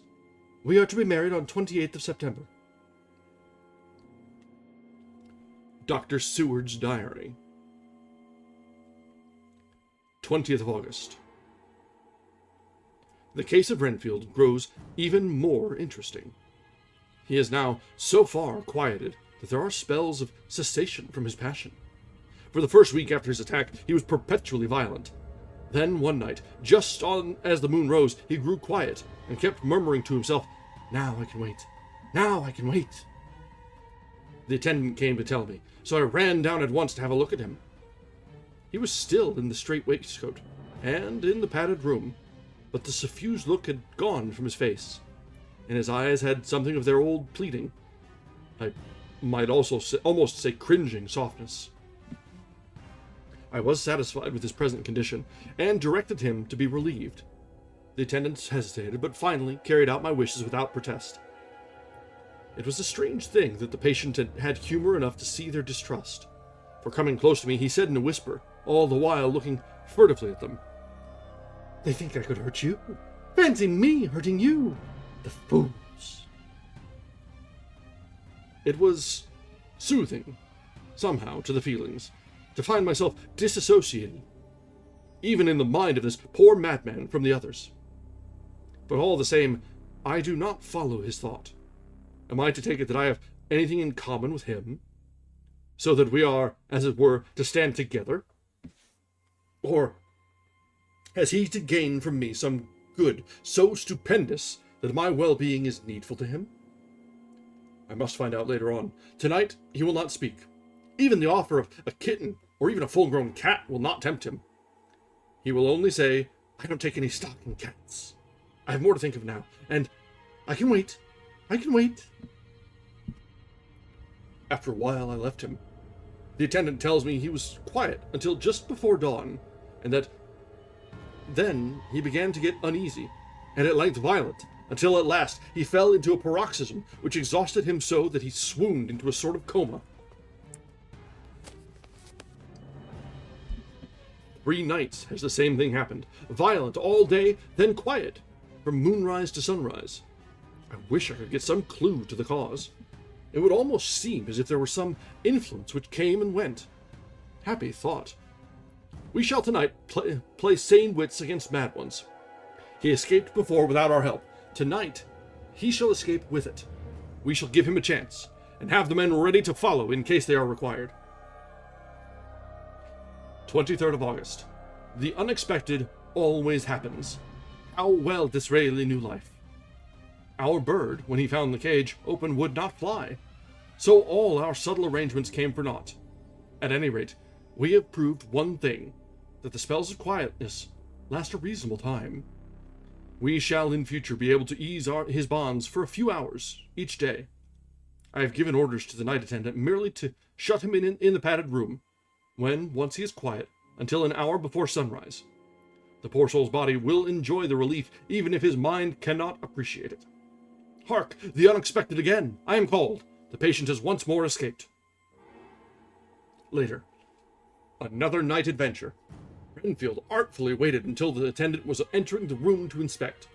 Then he dashed out past him and flew down the passage. I sent word for the attendants to follow. Again, he went into the grounds of the deserted house, and we found him in the same place, pressed against the old chapel door. When he saw me, he became furious, and had not the attendant seized him in time, he would have tried to kill me. As we were holding him, a strange thing happened. He suddenly redoubled his efforts, then, as suddenly, grew calm. I looked round instinctively, but could see nothing. Then I caught the patient's eye and followed it, but could trace nothing as it looked into the moonlight sky except a big bat, which was flapping its silent and ghostly way to the west. Bats usually wheel and flit about, but this one seemed to go straight on, as if it knew where it was bound for, and had some intention of its own. The patient grew calmer every instant, and presently said, "You needn't tie me. I shall go quietly." Without trouble we came back to the house. I feel there is something ominous in his calm, and shall not forget this night.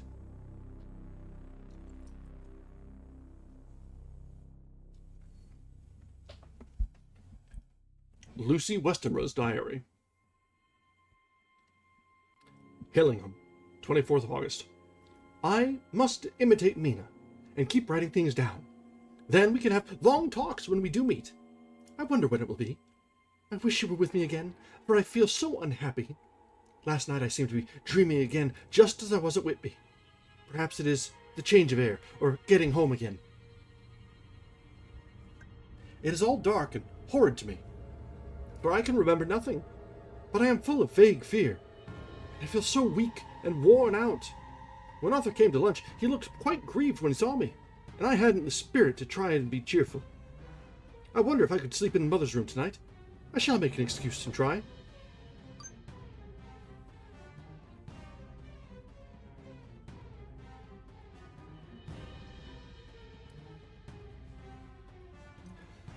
The 25th of August. Another bad night. Mother did not seem to take to my proposal. She seems not too well herself, and doubtless she fears to worry me. I tried to keep awake, and succeeded for a while, but when the clock struck 12, it waked me from a doze. So I must have been falling asleep. There was a sort of scratching, or flapping, at the window, but I did not mind it, as I remember no more. I suppose I must then have fallen asleep. More bad dreams. I wish I could remember them. This morning I am horribly weak. My face is ghastly pale, and my throat pains me. It must be something wrong with my lungs, for I don't seem ever to get enough air. I shall try to cheer up when Arthur comes, or else I know he will be miserable to see me so.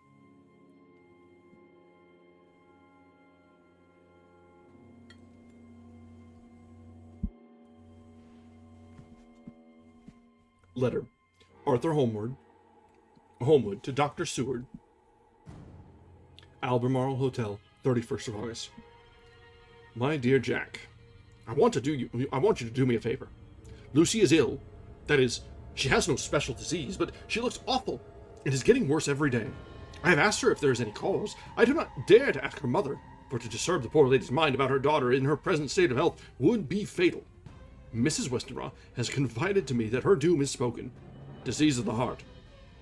Though poor Lucy does not know it yet, I am sure that there is something preying on my dear girl's mind. I am almost distracted when I think of... To look at her gives me a pang. I told her I should ask you to see her, and though she demurred at first, I know why, old fellow, she finally consented. It will be painful to ask for you. I know, old friend, but it is for her sake, and I must not hesitate to ask, or you to act. You are to come to lunch at Hillingham tomorrow, 2 o'clock, so as to not arouse any suspicion in Mrs. Westenra. And after lunch, Lucy will take an opportunity of being alone with you. I shall come in for tea, and we can go away together. I am filled with anxiety, and want to consult with you alone as soon as I can after you have seen her. Do not fail. Arthur.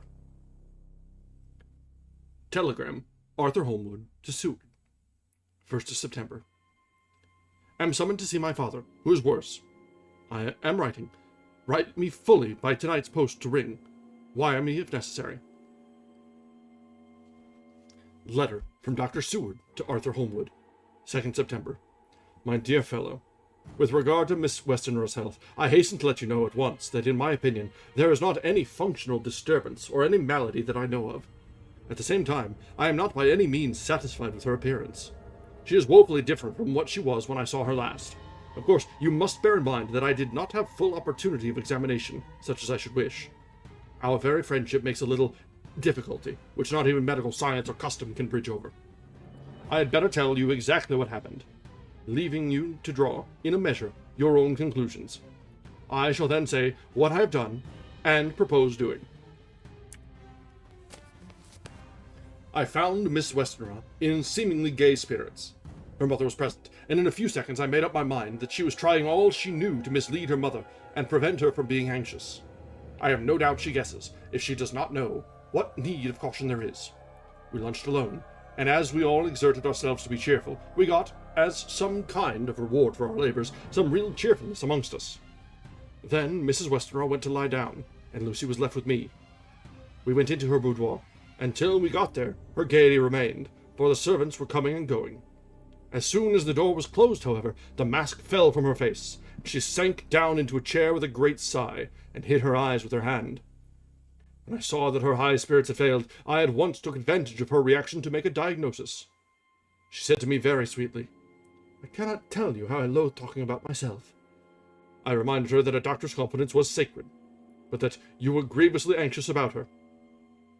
She caught on to my meaning at once, and settled that matter in a word. "Tell Arthur everything you choose. I do not care for myself, but all for him. So I am quite free." I could easily see that she is somewhat bloodless, but I could not see the usual anemic signs, and by a chance I was actually able to test the quality of her blood, for in opening a window, which was a stiff cord, gave way, and she cut her hand slightly with broken glass.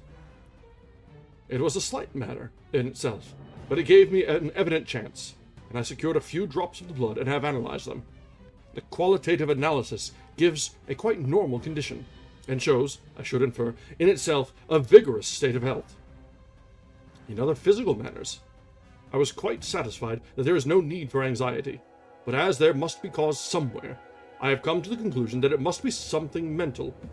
She complains of difficulty in breathing satisfactorily at times, and of heavy lethargic sleep, with dreams that frighten her, but regarding which she can remember nothing. She says that as a child she used to walk in her sleep, and that when in Whitby the habit came back, and that once she walked out in the night and went to Eastcliff, where Miss Murray found her. But she assures me that of late the habit has not returned. I am in doubt, and so have done the best thing I know of. I have written to my old friend and master, Professor Van Helsing, of Amsterdam, who knows as much about obscure diseases as anyone in the world. I have asked him to come over, and as you told me that all things were to be at your charge, I have mentioned to him who you are and your relations to Miss Westenra. This, my dear fellow, is in obedience to your wishes, for I am only too proud and happy to do anything I can for her. Van Helsing would, I know, do anything for me for a personal reason, so no matter on what ground he comes, he must accept his wishes. He is a seemingly arbitrary man, but this is because he knows what he is talking about better than anyone else. He is a philosopher and a metaphysician, and one of the most advanced scientists of his day, and he has, I believe, an absolutely open mind. This, with an iron nerve, a temper of the icebrook, an indomitable resolution, self-command and toleration exalted, from virtues to blessings, and the kindliest and truest heart that beats. These form his equipment for the noble work that he is doing for mankind, work both in theory and practice, for his views are as wide as his all-embracing sympathy. I tell you these facts that you may know why I have such confidence in him. I have asked him to come at once. I shall see Miss Westenra tomorrow again. She is to meet me at the stores, so that I may not alarm her mother by too early a repetition of my call. Yours always, John Seward. So now we see the introduction of Van Helsing. It's only about a quarter of the way through the book, too. Letter. Abraham Van Helsing, M.D., D., Ph.D., Lit., etc., etc. Man has a ton of titles. To Dr. Seward. 2nd September.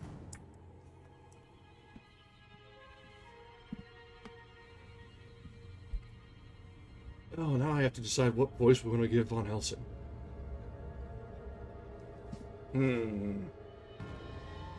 That's... I don't know. How do we want to have... He's Dutch, okay. Dutch. Okay. My good friend, when I have received your letter, I am already coming to you. By good fortune, I can leave just at once, without wrong to any of those who have trusted me. Were fortune other, then it were bad for those who have trusted. For I come to my friend when he called to me to aid those he holds dear. Tell your friend that when that time you sucked from my wound so swiftly the poison of the gangrene that from that knife that our other friend, too nervous, let slip, you did more for him when he wants my aids, and you call for them than all his great fortune could do. But it is pleasure added to do for him, your friend. It is to you that I come. Have then rooms for me at the Great Eastern Hotel, so that I may be near to hand. And please it so arrange that we may see the young lady not too late on tomorrow, for it is likely that I may have to return here that night. But if need be, I shall come again in 3 days, and stay longer if I must. Till then, goodbye, my friend John. Van Helsing.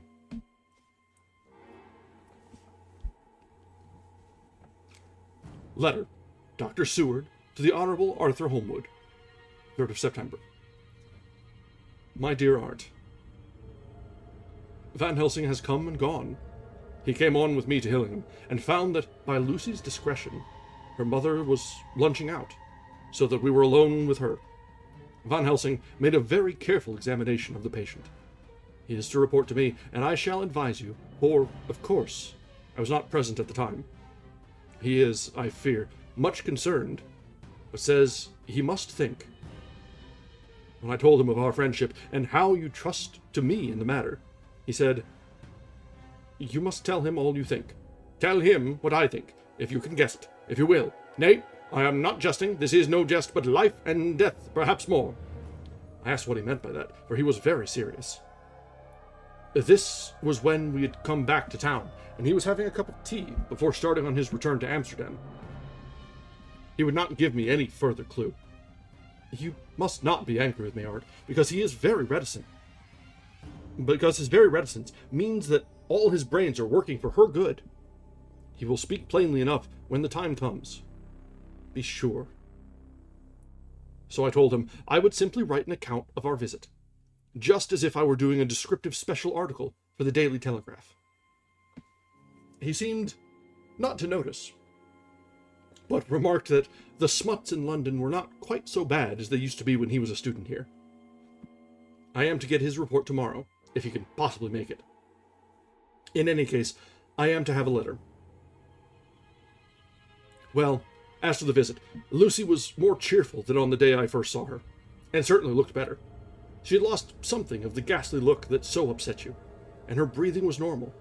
She was very sweet to the professor, as she always is, and tried to make him feel at ease, though I could see that the poor girl was making a hard struggle for it. I believe Van Helsing saw it, too, for I saw the quick look under his bushy brows that I knew of old. Then he began to chat of all things except ourselves, and diseases, and with such an infinite geniality that I could see poor Lucy's pretense of animation merge into reality. Then, without any seeming change, he brought the conversation gently round to his visit, and suavely said, "My dear young miss, I have the so great pleasure because you are so much beloved. That is much, my dear, even were there that which I do not see. They told me you were down in the spirit, and that you were of a ghastly pale. To them I say, poof!" And he snapped his fingers at me and went on, "But you and I shall show them how wrong they are." "How can he?" And he pointed at me with the same look and gesture as that with which once he pointed me out in his class on, or rather after, a particular occasion which he never fails to remind me of. "Know anything of a young lady's? He has his madmans to play with, and to bring them back to happiness. And to those that love them, it is much to do, and oh, but there are rewards, in that we can bestow such happiness. But the young ladies, he has no wife nor daughter, and the young do not tell themselves to the young, but to the old, like me, who have known so many sorrows and the causes of them.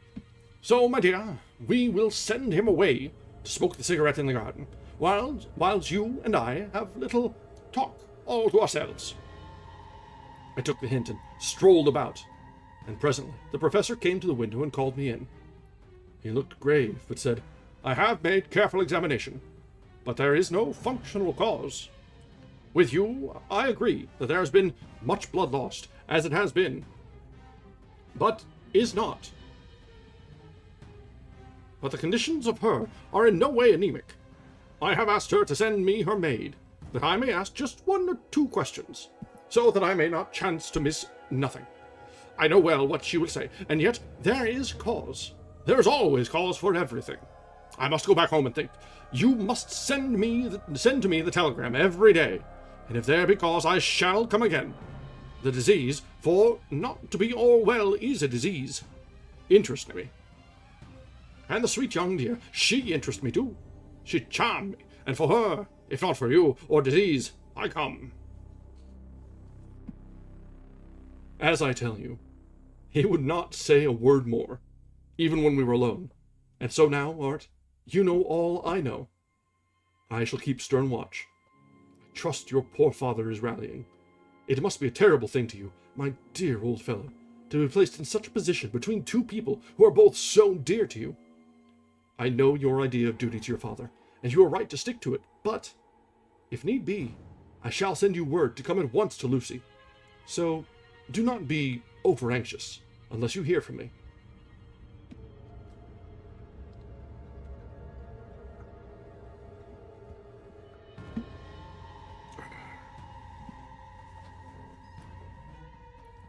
Dr. Seward's Diary. 4th of September. Zoophage's patient still keeps up our interest in him. He had only 1 outburst, and that was yesterday at an unusual time. Just before the stroke of noon, he began to grow restless. The attendant knew the symptoms, and at once summoned aid. Fortunately, the men came at a run, and were just in time, for at the stroke of noon, he became so violent that it took all their strength to hold him. In about 5 minutes, however, he began to get more and more quiet, and finally sank into a sort of melancholy, in which state he has remained up to now. The attendant tells me that his screams whilst in the paroxysm were really appalling. I found my hands full when I got in, attending to some of the other patients who were frightened by him. Indeed, I can quite understand the effect, for the sounds disturbed even me. Though I was some distance away, it is now after the dinner hour of the asylum, and as yet my patient sits in a corner brooding, with a dull, sullen, woe-begone look in his face, which seems rather to indicate than to show something directly. I cannot quite understand it. Later, another change in my patient. At 5 o'clock I looked in on him, and found him seemingly as happy and contented as he used to be. He was catching flies and eating them, and was keeping note of his capture by making nail marks on the edge of the door between the ridges of padding. When he saw me, he came over and apologized for his bad conduct, and asked me in a very humble, cringing way to be led back to his own room, and to have his notebook again. I thought it well to humor him, so he is back in his room with the window open. He has the sugar of his tea spread out on the windowsill, and is reaping quite a harvest of flies. He is not now eating them, but putting them into a box, as of old, and is already examining the corners of his room to find a spider. I tried to get him to talk about the past few days, for any clue to his thoughts would be of immense help to me. But he would not rise. For a moment or two, he looked very sad, and said in a sort of faraway voice, as though saying it rather to himself than to me, all over, he's deserted me. No hope for me now unless I do it for myself." Then, suddenly turning to me in a resolute way, he said, "Doctor, won't you be very good to me and let me have a little more sugar? I think it would be very good for me." "And the flies?" I said. "Yes, the flies like it too, and I like the flies, therefore I like it." And there are people who know so little as to think that madmen do not argue. I procured him a double supply, and left him as happy a man as, I suppose, any in the world. I wish I could fathom his mind. Midnight. Another change in him. I had been to see Miss Westenra, whom I found much better, and had just returned, and was standing at our own gate, looking at the sunset, when once more I heard him yelling. As his room is on this side of the house, I could hear it better than in the morning. It was a shock to me to turn from the wonderful smoky beauty of a sunset over London, with its lurid lights and inky shadows, and all the marvelous tints that come on foul clouds even as on foul water, and to realize all the grim sternness of my own cold stone building, with its wealth of breathing misery, and my own desolate heart to endure it all. I reached him just as the sun was going down, and from his window saw the red disk sink. As it sank, he became less and less frenzied, and just as it dipped, he slid from the hands that held him, an inert mass on the floor. It is wonderful, however, what intellectual recuperative power lunatics have, for within a few minutes he stood up quite calmly and looked around him. I signaled to the attendants not to hold him, for I was anxious to see what he would do. He went straight over to the window and brushed out the crumbs of sugar. Then he took his fly box and emptied it outside, and threw away the box. Then he shut the window and, crossing over, sat down on his bed. All this surprised me, so I asked him, "Are you not going to keep flies anymore?" "No," he said. "I am sick of all that rubbish. He certainly is a wonderfully interesting study. I wish I could get some glimpse of his mind, or of the cause of his sudden passion. Stop. There may be a clue after all. If we can find why today his paroxysms came on at high noon and at sunset. Can it be that there is a malign influence of the sun at periods which affect certain natures, as at times the moon does others? We shall see." Telegram. Seward, London, to Van Helsing, Amsterdam. 4 September. Patient still better today. Telegram. Seward, London, to Van Helsing, Amsterdam. 5th of September. Patient greatly improved. Good appetite. Sleeps naturally. Good spirits. Color coming back. Telegram. Seward, London, to Van Helsing, Amsterdam. 6th September. Terrible change for the worse. Come at once. Do not lose an hour. I hold over telegram to Holmwood till I have seen you. And that is the end of chapter 9.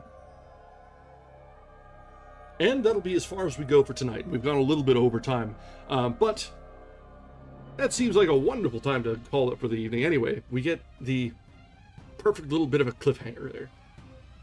Lucy has taken a turn for the worse, and is still, as we are aware, under the influence of either the Count or his creatures.